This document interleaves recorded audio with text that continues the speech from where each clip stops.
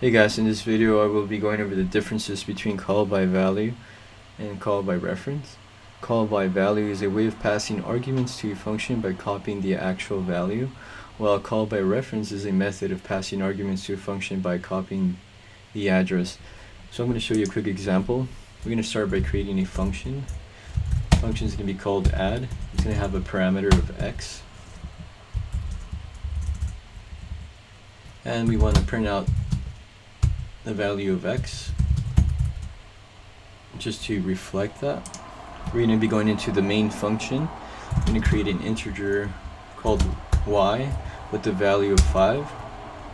We're going to be using our function called add, inputting the value of y, and then we're going to print out the value of y just to see how this works. So basically what the program did was it took the value y, the variable y that equals 5, and it inputs it into the add function, and then the integer x copies the value of y and then prints out the value of x, and then after that we print out the value of y. You see that both values are identical. And that is how call by value works basically. It copies the value of the variable into the parameter and is displayed that way.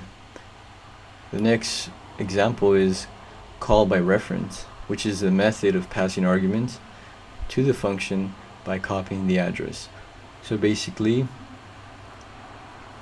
if I change the value, let's say we have an integer called y, we have an integer called y with the value of 5. Once I pass it down to x, you put the and sign for pass by reference or call by reference, and then you should see that x still has a value of 5. So what happens is that the memory address is copied into x.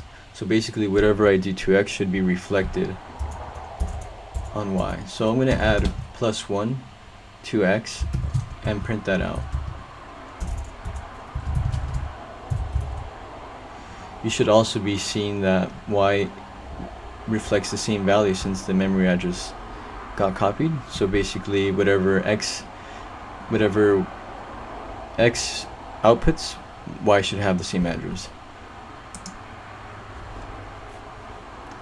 So right here you see reflected that the new value for y is 6, because since in our add function we did x plus 1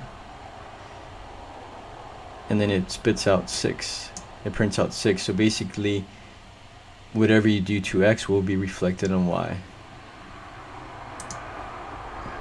That's pretty much all for this tutorial. Thank you so much.